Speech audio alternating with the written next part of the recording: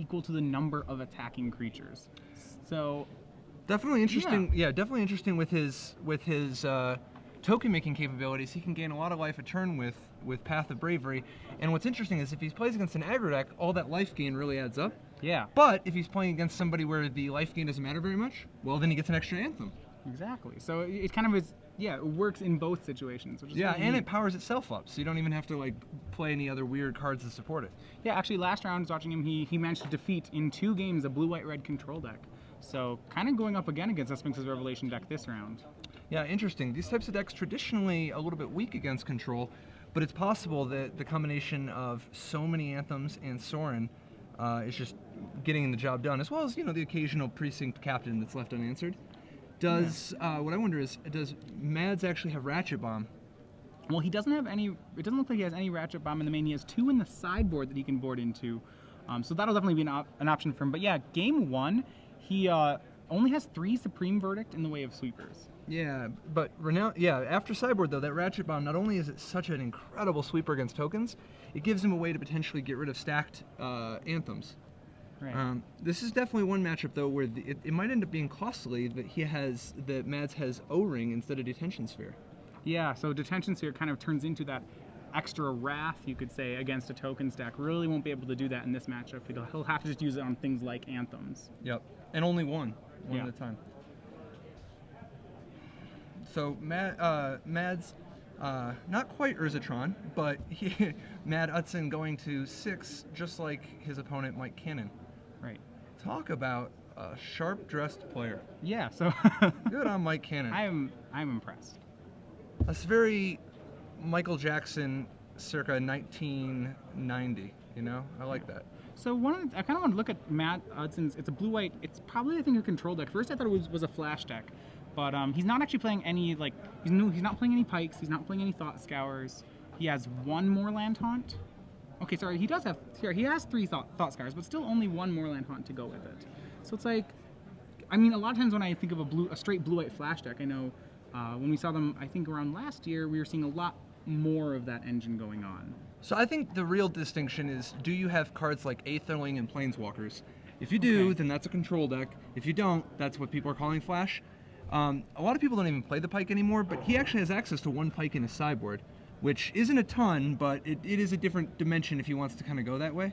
Okay. I think it really just comes down to, are you trying to kill with Aetherling and Planeswalkers versus are you just nickel and diming people with your Restoration Angels and cantrip creatures? All right, he's definitely chosen to do the second one here. Yep. Although some of these flash decks will play like a big creature or two, like a Thundermaw Hellkite or a Geisasate Draft or something. He's very pure. He definitely is on the control side of it with just more counter spells and no extra victory conditions. Yeah, the only other creatures he has some Tidebinder mages in the sideboard, but those not really a WinCon style creature. Tidebinder mage is pretty sweet. Yeah. So we see Mike Cannon starting out with a Champion of the Parish and an Azorius Guildgate followed back by Mads Utzon. So Champion's probably like the only non-token card, I think, in the token stack. What his main creature base is Doom Traveler, Lingering Souls, Midnight Haunting, Gather the Townsfolk. Yeah, I mean, every card he has either makes tokens or pumps tokens, with the exception of Champion of the Parish and Orzhov Charm. Orzhov Charm being a key removal spell, but also sometimes you just get back another guy. Like if you get back a Doom Traveler, it's like another token supply. All right, so we see Doom Traveler follow up for Mike Cannon. Swings 2 with Champion of the Parish. Mads just plays a second land and passes the turn. Now, a swing for 3, and the question is going to quickly become, does Utzon have a Syncopate for the Lingering Souls? Right, so it's an interesting thing. So Matt, look, if he does have the Syncopate, say he has a Syncopate and an Azorius Charm, he's left with a little bit of a decision here. Obviously Azorius Charming and Champion of the Parish is really good, but I think what you're touching on, syncopating is also pretty important here. Well, yeah, what else could Mike Cannon have that he wouldn't have played pre-combat? If he had any Anthem, if he had a Gather the Townsfolk, if he had a Doom Traveler, if he had a Champion of the Parish, he would play all those pre-combat. Right. I mean, the big worry would be if his play was Midnight Haunting or something, then you'd actually just ship the turn. As you see, it was Lingering Souls, but Mads just played a Think twice. So Utzon definitely looking for Supreme Verdict if he doesn't already have it. His game plan very much revolving around sweeping the board on turn 4. Yeah, his turn 3 is just a Howled Fountain into play tap, so outside of the Think Twice, he actually hasn't cast another spell yet, and it's facing now a fair amount of power from Mike. He has 5 power on the board, and now 6 as he adds a second champion to the parish. Once you're like hopefully you don't have a Supreme Verdict. You Yeah. might as well just shove all in. It's not like the 1/1 for 1 is going to do anything for you afterwards. Right. So the attack, we're going to see if Mads has an Azorius Charm this turn for it. It looks like he's just going to go ahead and take 6. That'll drop him down to 9. Another Think Twice, continuing to look for Supreme Verdict. Yeah, so I think even if he had the charm there, it seems like it really is just a Supreme Verdict or bust situation. Yeah, and here we have it. All right, so Supreme Verdict will sweep the board, leaving Mike with just 1 Spirit token from that Doomed Traveler. He actually doesn't yet have the black mana to flash back his Lingering Souls. And to pass back. Mike, of note, didn't make his 4th land drop here. Swings for 1. Utzon is down to 8 life, so those ones can add up a little bit here. and we're going to see a Midnight Haunting almost surely, right? I would think so. Either he has a completely uncastable hand or a Midnight Haunting, and I would bet on the latter there. All right, so he goes for it. Question is, will it resolve? Does not. Makes you wonder, is there any chance he should have just played the Midnight Haunting while Utzon was tapped out? Just because the card's an instant doesn't mean you have to play it on your opponent's turn. Yeah, I think so. The danger of doing that would be that Mads could have another Supreme Verdict, right? Right, but if he does, you'd rather just draw it out now. Right. It's not like the Supreme Verdict isn't going to be just solid gold eventually. Yeah, and we did see a Rewind as the counterspell, and now Restoration Angel will come down to eat that Doomed Traveler Spirit, and Utzon successfully clears all the creatures off the board. There's Sorin. Yeah, he's playing Sorin. So he decides then to play Sorin, Lord of Innistrad, into a Restoration Angel. Well, now the Angel can't kill it in one hit. Right. So and he is making a token, so at least he's making some progress. You know, like he's going to end up getting at least 2 tokens out of it, and forcing the Angel to not be available as a blocker. Right. So I think it's a good play. Yep, and he does have because he just drew that Isolated Chapel, he does have Lingering Souls flashback available to him now also. Yep. So he will be able to protect the protect the Sorin from the Angel if he wants. But he does have a few different lines of play available to him. All right, so Sorin goes down to 1 on the attack.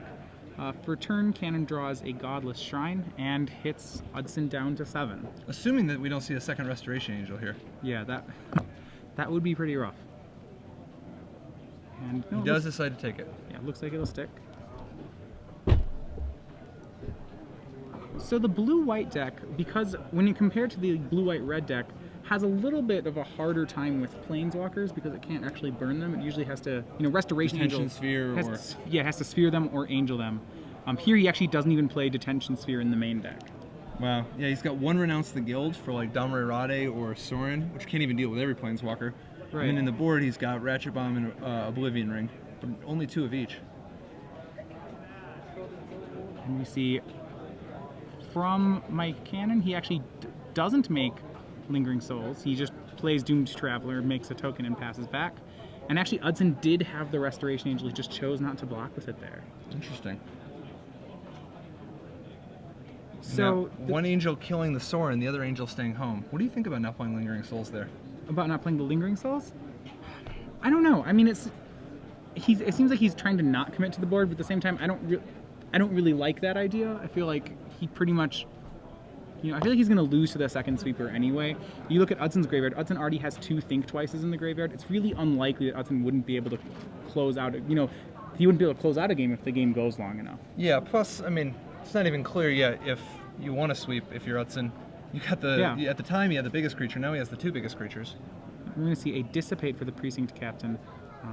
Utzon, by playing that Restoration Angel end step last turn, pretty much telegraphed that he had a counterspell in hand.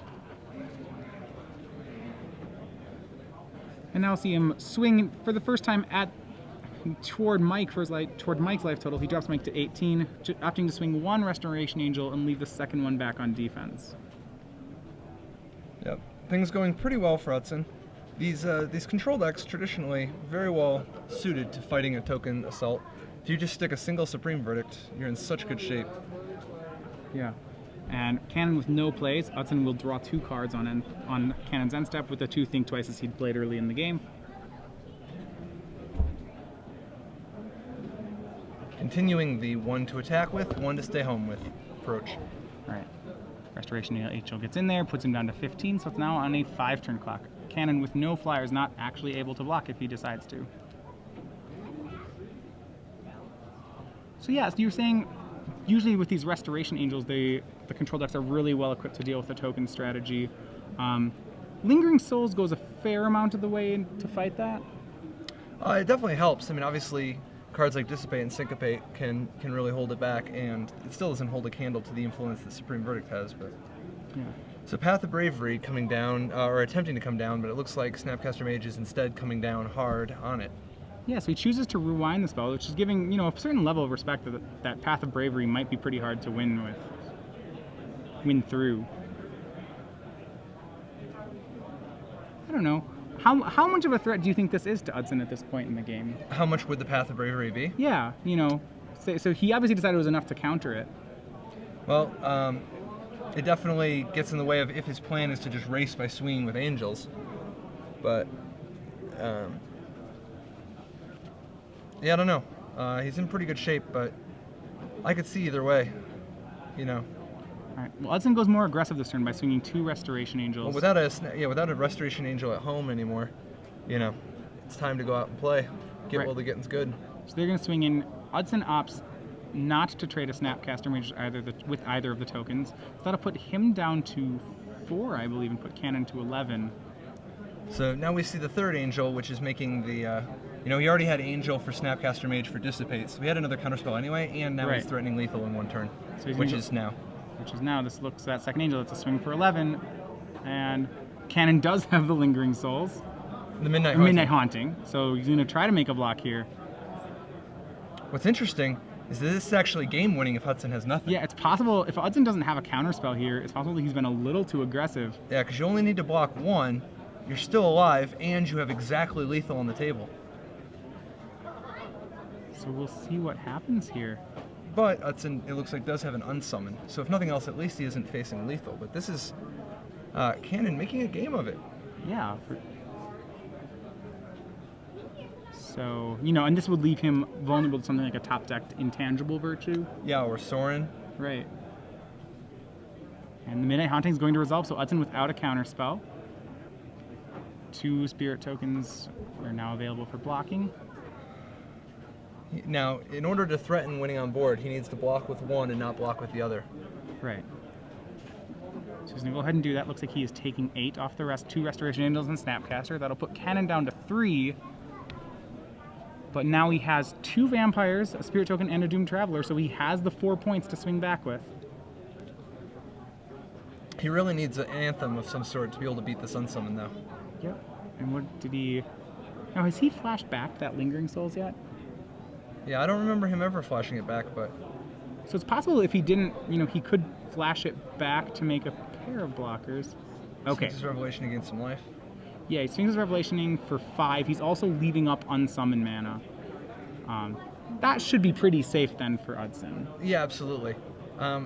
It is weird. I don't remember him flashing back the Lingering Souls, but... I think it still might be in his graveyard.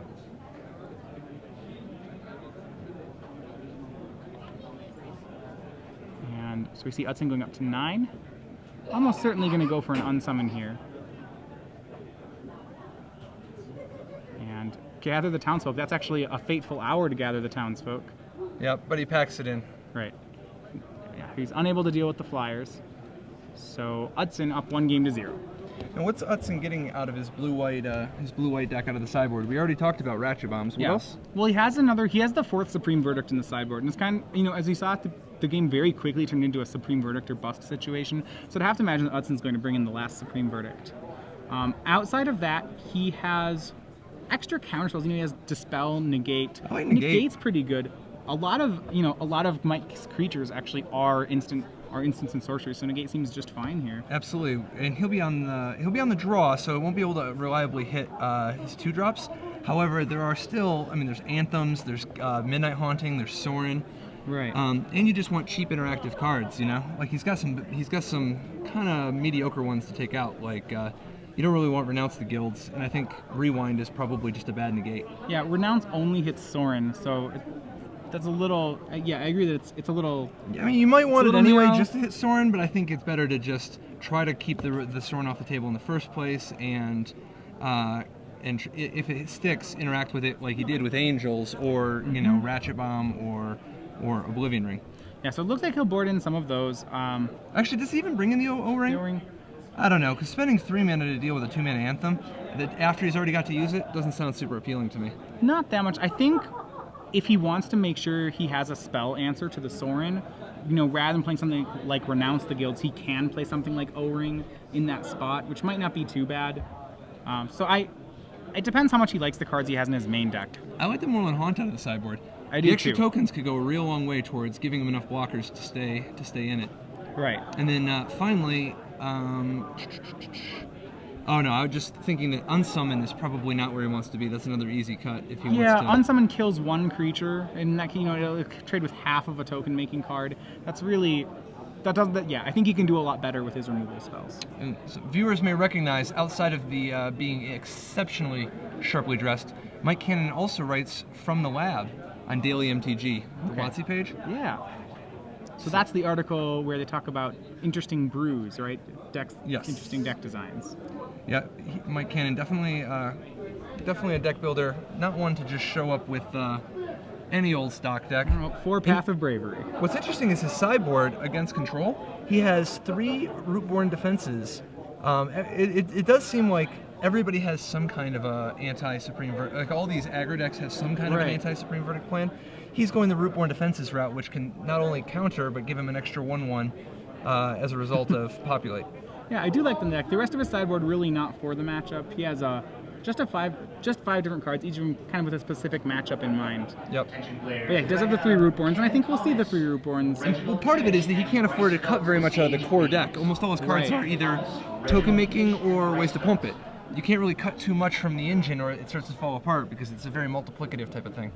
Right, you know, he needs, you know, you have to play Lingering Souls, you have to play Midnight Haunting, and then you want to play the 8 Anthems to go with them.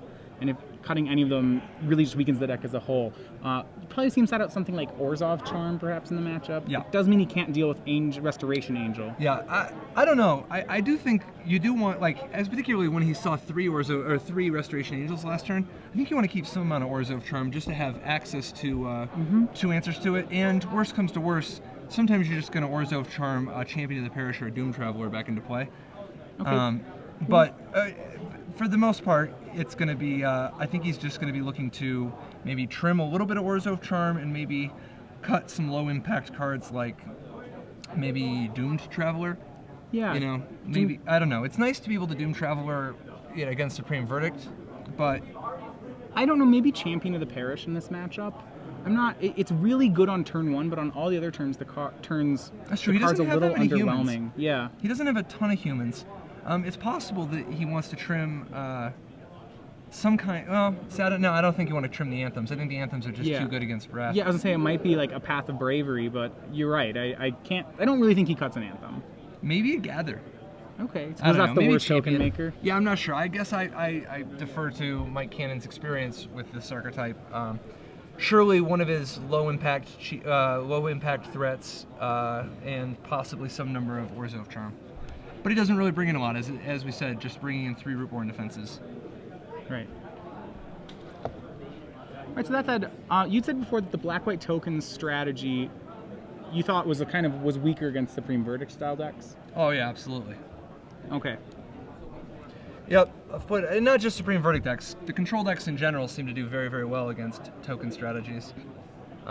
Whenever you have sweepers, whenever you have a lot of ways to interact with them meaningfully without just attacking, I think you can pick these decks apart, and then they end up really just a deck full of like 1/1s and a deck full of like Crusades, like neither of which is. And that is super strong their on its game own. plan.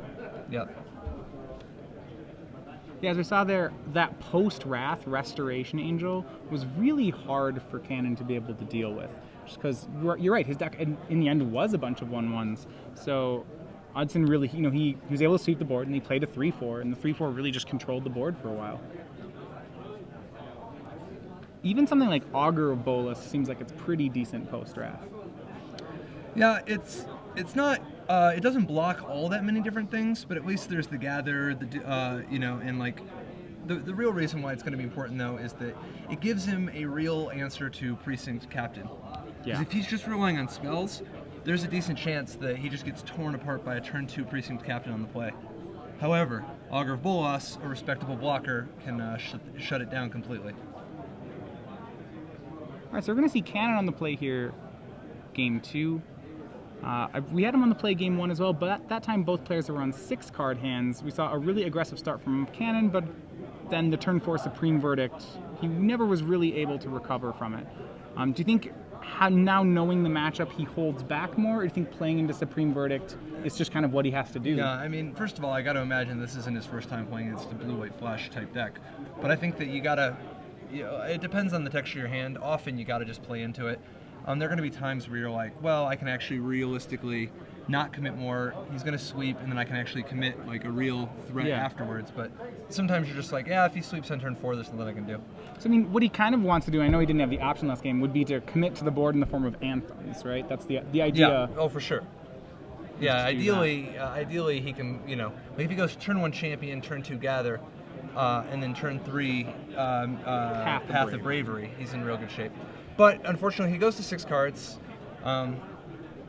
Looks like he does have a playable hand, though, so we're going to see. He does have the champion, so step 1. So he has that aggressive draw again. We do see in Utzon's hand a Syncopate and a Ratchet Bomb, so he has a lot of early game action to deal with this start. Decides to take 2, which surely means he's got Thought Scour coming at himself. Yeah. Yeah, that's kind of aggressive. Paying 2 life for a Thought Scour. It does kind of indicate that his hand might be a little light on mana. Maybe he only has 2 lands. Right, so he just needs to cycle this land right now. Yeah, because he's planning on turn 2 to hold up either Ratchet Bomb or Syncopate or something.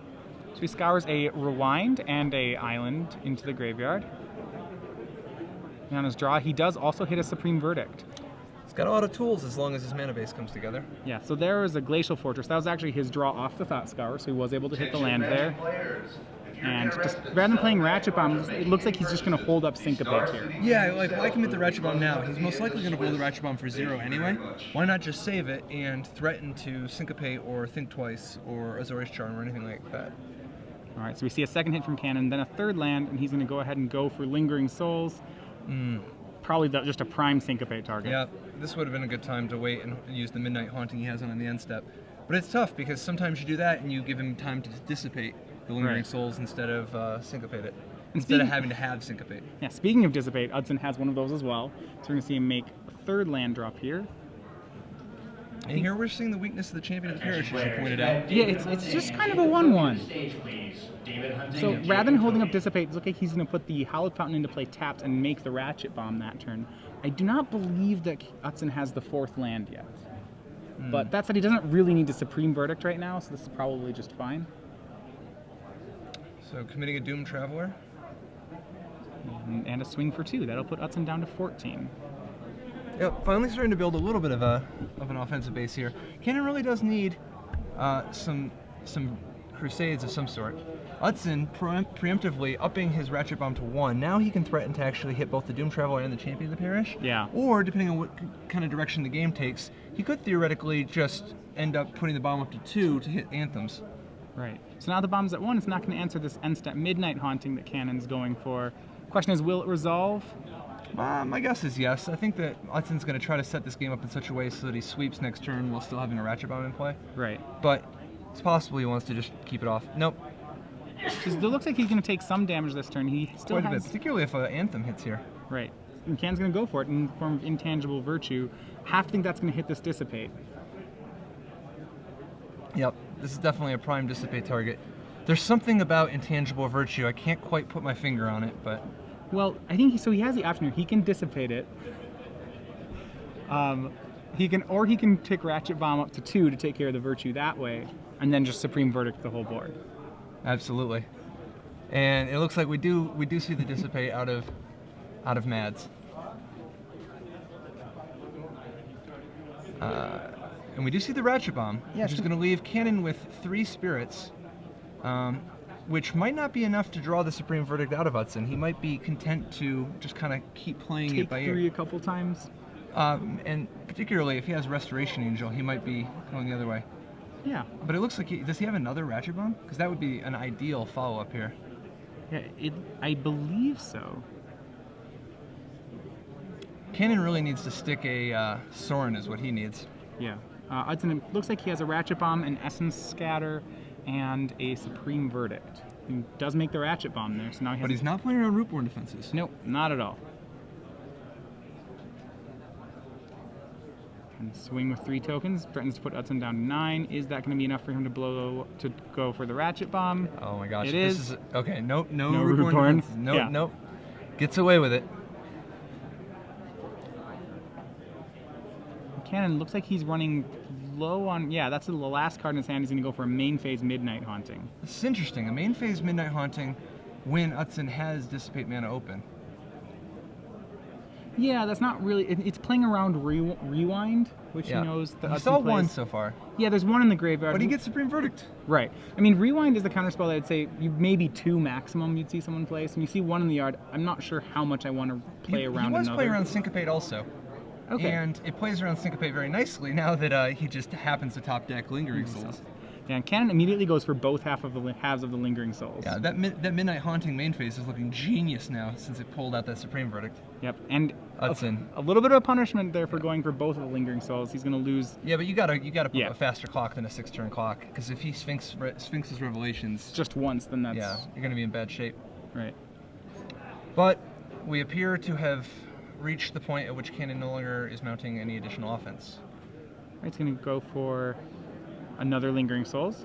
Pretty decent draw here. It looks like he does. Utzon does still have Unsummon in his deck. Right. Unsummon, I guess, does have the utility of being able to balance an Augur of Bolas or a Snapcaster Mage, giving him options, you know? Mm-hmm. Utzon's going to go for an Azorius Charm. I think he's really just trying to dig his way to a Restoration Angel, or one more Sweeper, or a Revelation. Yeah, I think mainly Sphinx's Revelation, Restoration Angel, something so that he can actually get ahead instead of just catching up. And he doesn't know it, but Cannon at this point, his last card is a Rootborn Defenses. Oh wow! So the Sweeper is definitely not so where he wants the Supreme to be Verdict at. is He not needs a it. Sphinx's Revelation or a Restoration Angel. So now that he has that in hand, the Rootborn, he's going to go ahead and go for the other half of the Lingering Souls. He can play a little more, more fearlessly. So interesting decision for Cannon. If your opponent's at 10, do you go for this Rootborn Defenses to try to put him on a 2-turn clock, or is it probably it's more important to make sure your creatures don't get Yeah, swapped? I don't know. I think it's a little greedy to just go for it now, particularly when he's shown you both Ratchet Bomb and Supreme Verdict. Yeah. Utzon digging pretty hard. He Thought Scours himself into a Think Twice, flashes back to Think Twice, casts an Augur of Bolas. Yeah, he's got to find himself another Sweeper pretty quick, or an Angel, or a Ratchet Bomb. Yeah, basically just some kind of answer to slow down the aggression because he's on a 3-turn clock. Yeah, and a really Moorland Haunt would help a lot. Really strong draw there for Cannon. He drew Sorin, Lord of Innistrad, after Utzon did all that digging main phase. So does he have a 7th land? He does not. So he's going to have to choose. If he does this, he's risking all of his tokens to a Sweeper. Right. What's interesting is that if he had done the end-step Rootborn defenses like you had suggested, this would be lethal. He could swing for 10. I mean... Now, granted, it ends up not working because Utzon has an Unsummon. Right. But it's just interesting the kind of different directions the game can go. Yeah. So Cannon's going to go ahead and go for the Emblem right away with Sorin. That'll put Utzon down to 2. Unless he unsummons here, I think... Yeah, he unsummons the Augur, because at this point he's very committed to looking for a verdict. Right. And he draws a second Augur. No, sorry. He's going to go for the first Augur. Finds Island. Azorius Charm. I think a Restoration Angel. So takes Azorius Charm. Cannon leaving himself without mana to Rootborn defenses. So if Utzon can find a verdict here, last chance. Finds an Azorius Charm. So now he can draw and he can Azorius Charm into a Ratchet Bomb at the very least. So he still has plays. He actually only has the 2 Ratchet Bombs though, so that out is gone for him. What can he do? He's at 2 life. Well, we'll find out. Yeah, doesn't have enough mana anymore for Snapcaster Mage. He gets into Dissipate with that Azorius Charm, but cannot find an answer. So Cannon, I'd say, sneaks that one out a little bit. Yep, absolutely. Gave himself some chances to win, and manages to get there. We're going to go into game 3. Yeah, Utzon was never able to find that Sphinx's Revelation he needed to close out the game, and it turns out that despite having swept the board multiple times, he just wasn't able to do it the third time. Yeah. Yeah. Or I guess the fourth, like, fourth? Ratchet bombed twice and Supreme Verdicted. Okay, so it was the four, couldn't find the But fourth sweeper. It's tough. Without Sphinx's Revelation, like, you can't expect to just have an infinite supply of gas. Right, I mean, Cannon plays more creatures than Utzon plays sweepers, so eventually Cannon's going to have to close the game. Whether that's through Restoration Angels or a really large Revelation. Absolutely. And he just wasn't able to find any of those here. Yep, and we talked about the importance of the anthems for Cannon. He did draw out some permission with his earlier attempts at anthems, but Sorin, Lord of Innistrad, sticking, being the best anthem there is, Yeah, it's the anthem. It's an unwrathable anthem. Absolutely, it's very difficult, short of a Karn, to do anything about that particular anthem. So 22 minutes left in round 9, our final round before we begin our top 8. We're going to play one round of the top 8 tonight, 4 of those matches, and then tomorrow morning be back for the top 4, leading into another Standard Open. Yeah. So we have doing a double Standard Open this weekend. What's always interesting, I know we got to do a double Standard Open, I got to cover one in Dallas, Fort Worth.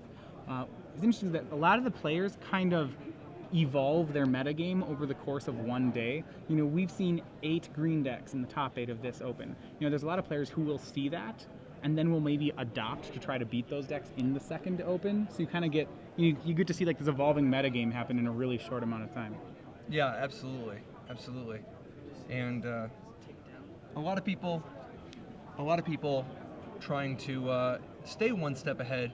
I wonder how much of a difference are they really going to detect? Like, the field today, how different is this field from the field that people were expecting?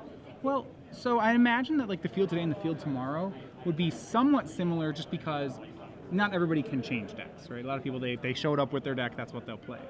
But so say you had access to a lot of cards, how would you adapt your deck to this metagame? You've seen what's happened today, I guess I would move away from caring so much about beating control and try to make sure that I'm beating both, red-green aggro and Jund, but I'm also beating the decks that I think that people might realistically switch to. Right. The thing is, How do you beat both red-green aggro and Jund at the same time? That green-white deck looks kind of sweet. That deck would definitely be good against green-red aggro, and as we saw, had some decent play against Jund too. So that might be that's an interesting choice. Yeah, and plus at the end of the day, I think you could still tune a control deck a little bit.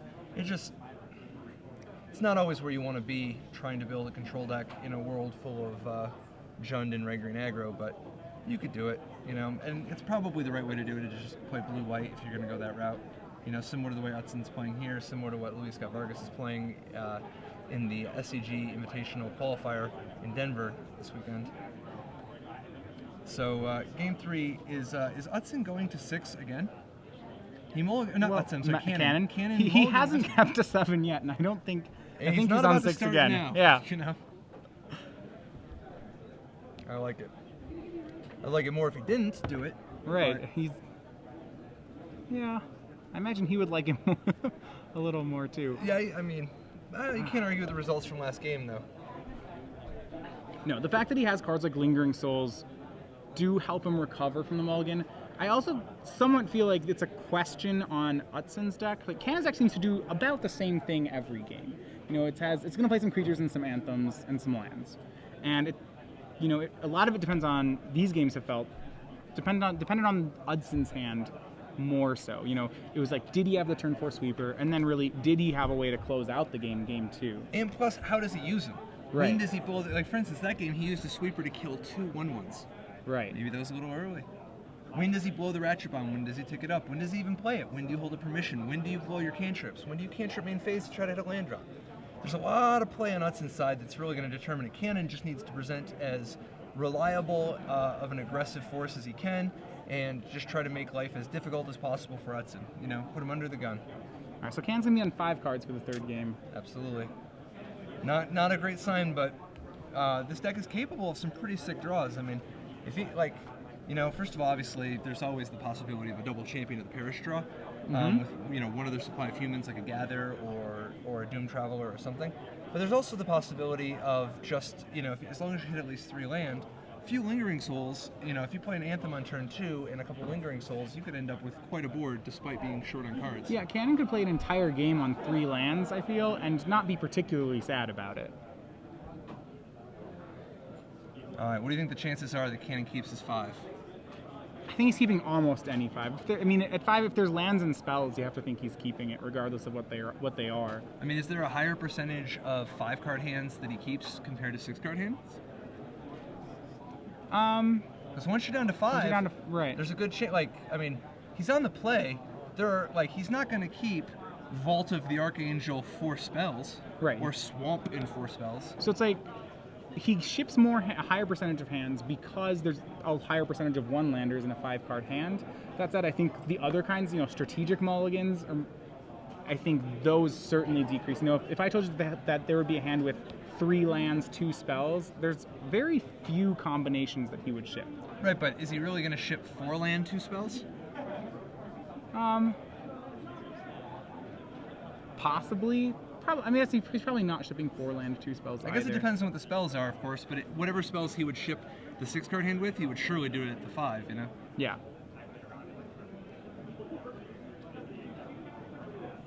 All right, so starting off, Utzon on the play, actually, after losing game 2. Utzon quickly developing his mana. Cannon, not a fast, aggressive start. No 1 or 2 cost plays.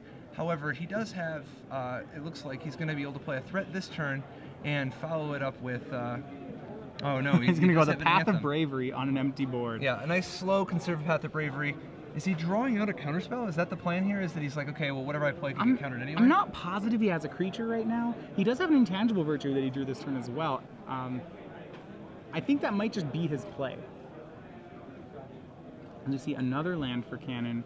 He's now going to try for an intangible virtue.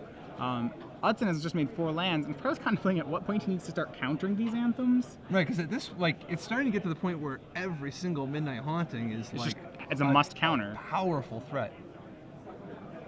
Yeah, right now, a Midnight Haunting is 6 power for Cannon. Granted, he hasn't made a creature yet. He also has Vault. He's going to go for another intangible virtue. All right, so they're all resolving now. So Utzon, I think he's going to be on the plan to counter every creature spell, as opposed to countering the anthems. Are we going to see another? It looks like his 2 cards are Rootborn Defenses, and what else? I think it's Orzhov Charm is the last one. Orzhov Charm. So yeah, he's certainly an interesting draw for him. I like how Utzon has just played 6 lands this entire game. No Think Twice, no Azorius Charm, no Thought Scour, just lands. Cannon's deck becoming a combo deck. He's got that Rootborn Defenses in hand. Right. So we see the first spell of the game for Utzon is a Sphinx's Revelation on 3. Definitely a very solid play. Particularly against an opponent starting with 5 cards and with no offense yet.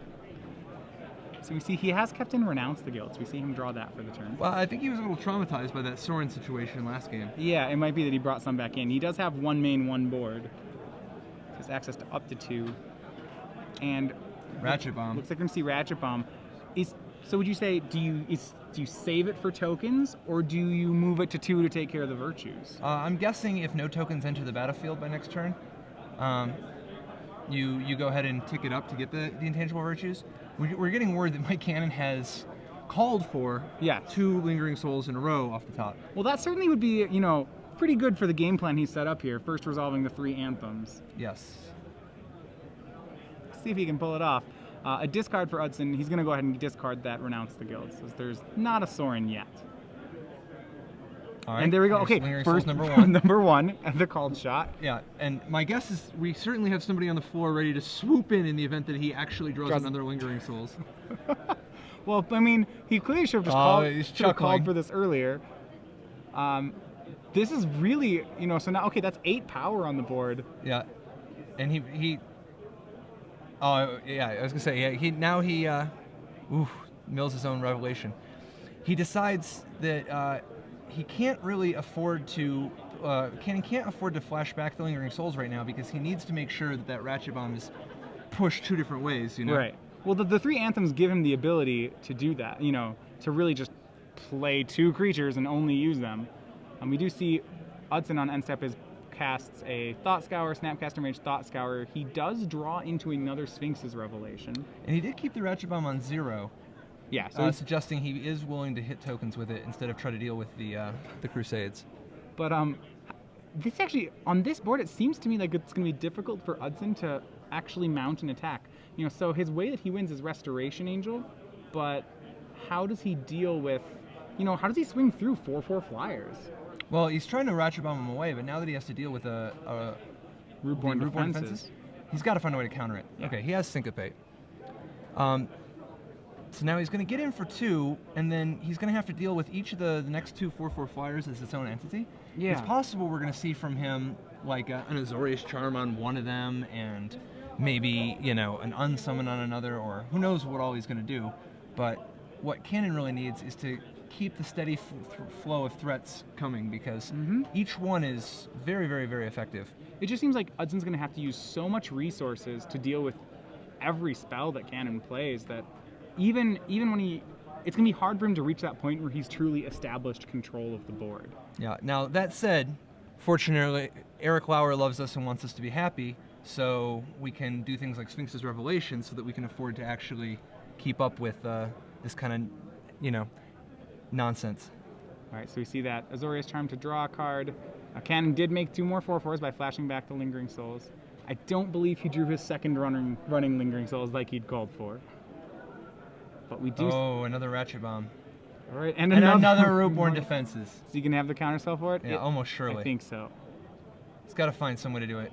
Oh, he has a Snapcaster, so at the very least he can Snapcaster back that Syncopate. a Syncopate. And I think he's going to go for that Rewind? play. He doesn't have Rewind, right? If he's in a Snapcaster, Syncopate for 2. That takes care of the Rootborn. The Ratchet Bomb takes care of the tokens. And Utzon gets in for 2 damage. This is one of those spots where it's time for Sorin to make an appearance. Yeah. Sorin would be just +1 make a 4/4. That's like Garuk Life level. link. That's like Garuk level of efficiency, but even better. Yeah, with 4/4 life link, and he's got the Vault of the Archangel, so any other tokens could potentially be life link too. He needs to mount an offensive now before Utzon has time to rev up a whole new grip. So what that Vault really does is, as soon as if Cannon can stick any creature, he can undo all of this damage. Oh, there's the Lingering Souls he was hoping for. Second Lingering Souls. I mean, now, granted, Utzon will be able to Sphinx this turn, even if this Lingering Souls resolves, but... And you have to think that Utzon really hopes he has a counterspell for this. He can Revelation for more answers, but if that Lingering Souls resolves, it's going to take probably up to 3 cards to deal with all these 1/1s. He's got a Supreme Verdict in his hand, but he really doesn't want it to go that way because he's got this nice little clock thing he's trying to... Right, and him keeping a clock is actually somewhat difficult in this matchup. So, especially when all the creatures are 4/4s. Yeah. Now that said, I think his consolation prize of 6 new cards and 6 new life, I think he'd take that end of the deal. If you're going to Factor Fiction split it, I think he'll take that half. Okay, I should correct myself. The creatures are 3/3s at this point. Actually, Path of Bravery has been turned off because Cannon's dropped down to 12. Yep. But Path of Bravery isn't a source of life gain. It is a source of life gain that can cause Cannon to be even further out of reach of these Snapcaster mages.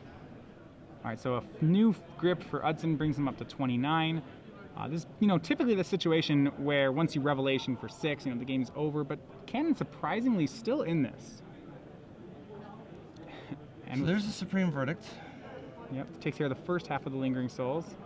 And Utzon will recommit a creature in the form of Augur of Bolus. Quite the commitment. Yeah, yep, that 12-turn clock. But by whiffing there, he gets himself down to 7 cards. And we are going to see a flashback Lingering Souls, which, combined with Vault of the Archangel, is going to let him gain 8 life a turn. It only takes 1 swing to get his life total back up to his starting life, and anything above that, you're talking Brave type of territory. So he's going to go for that second half of Lingering Souls. He has 6 mana up. That's outside of Syncopate range.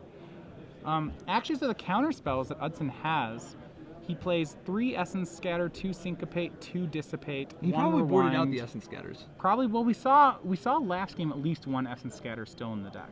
So there's at least, I don't know if he re-sideboarded, but he may have those. He also has the possibility to have 2 negations. If you need assistance with end of round procedures, please raise your hand and call for a judge. We see another Supreme Verdict. And from the looks of it, his 6-point Sphinx's Revelation produced him about 2 of everything. So Utzon looks like he's in pretty 2 good of shape. his All whole he deck. really needs is a Restoration Angel to really put this one away. Because from the looks of it, he's got lots of different types of answers. Part of the reason why he keeps missing with these augers is he's already got all the spells in his hand. Yeah.